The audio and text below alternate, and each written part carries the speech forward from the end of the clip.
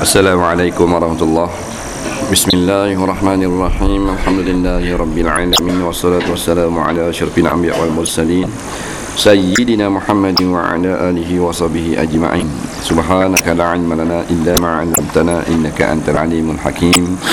Wala haula wala quwwata illa billahil aliyyil azim. Muka surat berapa? 68 kat ni. Atas bawah.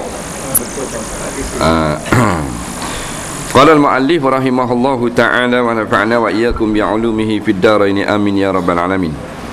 Kata pengarang rahimahullahu ta'ala, betulkah ada pendapat mengatakan ketidakhadiran solat Jumaat sekali atau dua kali tidak salah, jangan sampai 3 kali berturut-turut?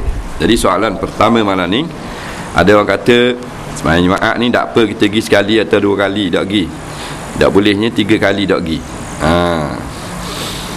Sebab ada hadis yang mengatakan 3 kali turut-turut. Jadi kalau 2 kali turut-turut, lagu mana kira? Jawabnya, pendapat seperti itu adalah salah. Tidak ada suatu keterangan pun yang membolehkan seorang itu meninggalkan Jumaat tanpa uzur. Sebenarnya ketidakhadiran solat Jumaat tanpa uzur adalah satu perbuatan dosa. Sama ada sekali, 2 kali, lebih-lebih lagi sampai 3 kali berturut-turut. Pada waktu itu sudah ditetapkan dia sebagai munafik atau orang yang ini tepat sekali sebagaimana tersebut dalam sebuah hadis Nabi SAW, man taraka salasa juma'in tahawunan tama'allahu ala qalbi. Siapa yang meninggalkan 3 kali Jumaat kerana merengan atau mencuaikan, nescaya Allah capkan di atas hatinya. Dan lagi sabdanya, la yantahiyanna aqwamun an wad'ihimul juma'at au la yahtamallahu ala qulubihim summa la yakunanna minal ghafilin. Hendaklah berhenti oleh beberapa golongan daripada sikap meninggalkan solat Jumaat, atau Allah akan memeterikan di atas hati mereka, kemudian akan digolongkan ke dalam galangan orang-orang yang lalai. Jadi dia kata 2 kali pergi tak apa, 3 kali tak boleh. Jawabnya sekali pun tak boleh juga, tanpa uzur. Kalau ada uzur ni bertahun-tahun pun tak apa, dah uzur dah sakit, tak ada uzur ni sekali tak boleh dah. Uzur ni uzur syar'i lah, bukan uzur hak kita reka sendiri. Ini uzur hak kita reka sendiri. Sebab apa tak pergi Jumaat? Dia kata dok kami. Dok kami. Pasal dok kami. Ramai ni pasal dok kami. Dia nak kami lagu mana tak tahu. Kami ni tak ada dalam hadis, tak ada dalam nas. Cuma ijtihad ulama. Hendaklah didirikan Jumaat itu orang-orang yang sempurna sembahyang Jumaatnya. Orang-orang yang balik, orang yang mustautin. Itu maksud dia. Bukanlah menjadi syarat bagi tak pergi Jumaat, cuma nak menyempurnakan lagi solat Jumaat. Tak pergi Jumaat, dia kata sebab duduk berzikir. Ada tak? Khulwat, duduk suluk. Suluk tak pergi Jumaat. Dia kata orang dulu-dulu ulama tasawuf besar-besar hebat-hebat tak pergi Jumaat sebab bersuluk. Kita jawab betul, memang ada. Memang ada dalam sejarah. Tapi mereka tidak duduk di tempat Jumaat. Mereka bersuluk jauh daripada tempat orang, duduk di bukit-bukit di belantara. Jadi memang tak hadir Jumaat. Duduk lautan tau. Duduk di hutang-hutang, jauh pada orang manusia, nak berkhulwat, nak duduk berzikir. Lugar tengok orang ramai, duduk jauh. Kita suluk duduk dalam bandar. Waktu tak pergi Jumaat. Waktu bukan suluk, kuluk dipanggil. Tak makan kuluk tu baik pula. Berapa tak suluk? Kalau suluk macam orang dulu tak tubik sama. Tak tubik bila-bila. Ni tubik. Tak makan kuluk, temun natu. Ada ramai patah tak suluk pergi. Hari Jumaat suluk. Ni semua rekaan semata-mata. Ada juga dia kata dalam kitab, setengah-setengah kitab tasawuf, macam kitab Risalah Khusyariyah, menyebut bahawasanya ada ulama yang tak boleh keluar ke Jumaat kerana dia bila tengok orang buat maksiat, dia jadi tak boleh tengok orang buat maksiat. Memang ada berlaku, tapi bukanlah ini syariat. Tuhan beri zauq ini pada setengah daripada hamba yang dia pilih. Dia tengok benda maksiat, dia jadi macam tak boleh nak melangkah, tak boleh nak nyawa, jadi jadi apa, kita tak apa-apa. Tak saja nak helah sahaja. Jadi maqam atau perjalanan orang tasawuf bukan syariat. Itu masalah individu. Masalah individu. Bukan syariat. Syariat ni hak datang daripada Nabi sallallahu alaihi wasallam. Batu apa yang diamalkan oleh orang-orang sufi kita tak boleh amal. Kita dengar hak pelik-pelik jangan amal. Amal hak tak pelik. Kerana waktu kita kena husnuzanni. Mungkin mereka berada dalam keadaan zauq, seronok bersama Allah Taala, cakap pun tak dengar. Kita panggil pun tak dengar. Terdapat setengah masjid di mana tuan khatib baca khutbah begitu panjang menyebabkan para jemaah tertidur. Apakah pandangan Islam dalam hal seperti ini? Jadi masalah khutbah panjang sangat sampai tidur terus makmum.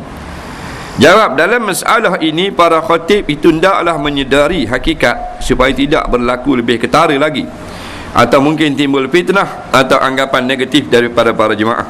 Untuk mengatasi masalah ini maka disarankan supaya para khatib mengkaji semula keadaan ini dan kembali mengikut sunnah Nabi sallallahu alaihi wasallam, di mana baginda sendiri memendekkan bacaan khutbahnya dan memanjangkan solatnya. Dalam kitab Barzanji yang sering dibaca dan dilagukan ada menyebut wa yutilus salata wa yaksurul khutbal jumu'iyah, dan baginda Nabi sallallahu alaihi wasallam memanjangkan solat dan memendekkan khutbah Jumaat. Jadi sebenarnya sunnah nabinya semayang panjang, bukan semayang panjang pada khutbah. Semayang tu sunat panjang sikit, jangan baca kuliah pendek sangat. Kurang-kurang baca sabihi, panjangkan sedikit. Sunat lagu tu, jangan ambil ayat-ayat pendek. Dan khutbah itu bukan maknanya tak boleh lebih panjang pada ayat, tetapi jangan panjang sangat. Itu tandanya mengikut sunnah, iaitu tak panjang khutbah tetapi padat. Dalam hadis yang terkenal, Nabi pernah bersabda yang berbunyi, inna tula salati rajuli wa qasral khutbatihi ma'innatun min fikihi. Sesungguhnya panjang salat seorang laki-laki dan pendek khutbahnya adalah tanda ia orang yang faham. Mana orang yang faham agama. Kita kadang-kadang panjang sangat, berlerak-lerak walaupun nak khabar tu benda yang maknanya betul, walaupun benda tu wakil yang terjadi sekarang, tapi jangan dipanjangkan, pendeklah.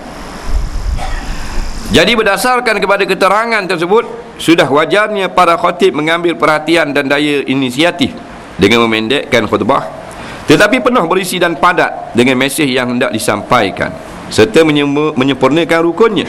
Dengan demikian, mudah-mudahan dapat menarik minat para jemaah ke arah mendengar dan berhati-hati di atas tiap ucapan khutbahnya. Dia rukun khutbah ni pendek je. Yang pertama mengucap alhamdulillah atau seumpamanya, nahmadullah. Yang kedua berselawat ke atas Nabi, sekurang-kurang Allahumma salli ala Muhammad. Yang ketiga berpesan kepada manusia supaya takwa. Yang keempat membaca satu ayat daripada Al-Quran, walaupun pendek tapi ayat yang memberi faham. Kalau tempat kita mesti kena terjemah lah baru memberi faham.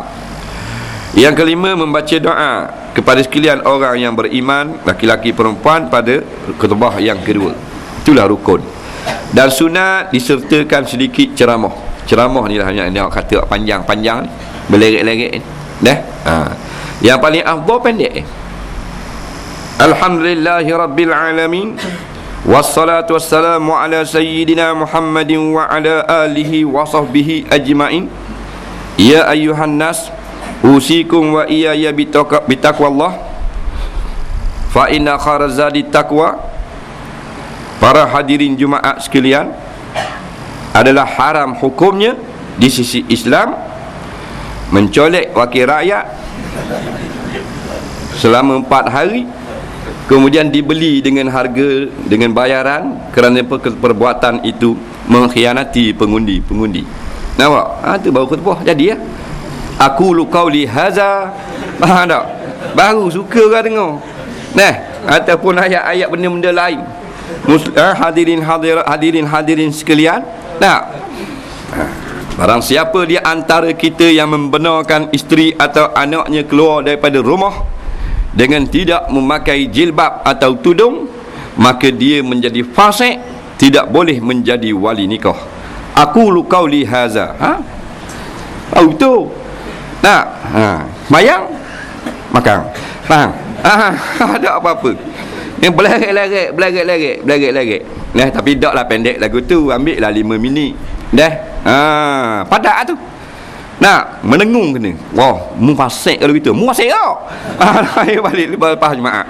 Nah, bagi point. Nah, sesiapa yang menipu harta pusaka, maka selamanya ibadatnya tidak diterima oleh Allah. Cukup lah. Ngelupa bak ni pula. Mana-mana isteri yang keluar rumah padahal suami tidak mengizinkan, maka dia dilaknat oleh Allah dan para malaikat sampai dia kembali meminta maaf. Gitu. Ni pak tidur tu. Nampak? Pak tidur tak kerpang. Pak tak belakang ni. Congek kaki dua lah. Panjang sangat. Tok Bilal sanggup. Tok Imam nombor 2 nerak terus. Nah, dah baca teks tak salah. Dia tak mesti baca teks tak sedap. Ada orang baca teks sedap, ada orang baca mulut tak sedap. Kokak. Ada orang baca teks sedap, kira baca teks atau baca mulut. Nah, ringkas dan padat. Nah, bila orang dengar, mana badi dapat mengambil nasihat. Nah, dok ngatuk-ngatuk. Walaupun maknanya perkara benar, kita nak khabar. Umpamanya benda-benda yang memang patut diberitahu, tapi kalau panjang sangat tidak menepati sunnah. Lepas setengah jam. Pendek dah 15 minit dah. 15 minit macam mana tu? Semayang 10 minit. Okey tu. Itu semayang biasa 5 minit, maaf wak 10 minit.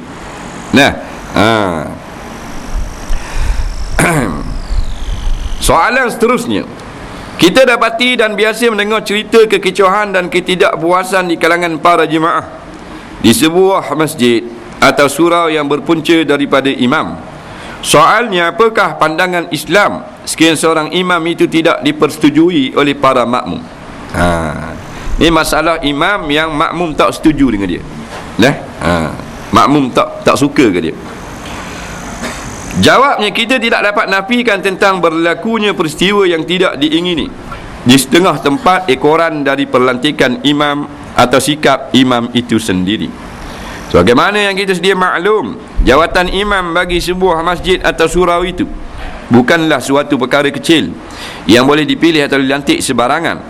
Sebab itulah yang dalam pemilihan seseorang bakal imam adalah dibuat berdasarkan kepada garis-garis yang telah ditetapkan oleh Islam, seperti yang telah disebutkan sebelum ini. Bagaimana perlu diingat, sebagaimana manusia biasa, kita tidak sunyi dari kelemahan dan kekurangan. Tidak ada manusia yang sempurna di dunia ini lagi dipersetujui oleh semua orang.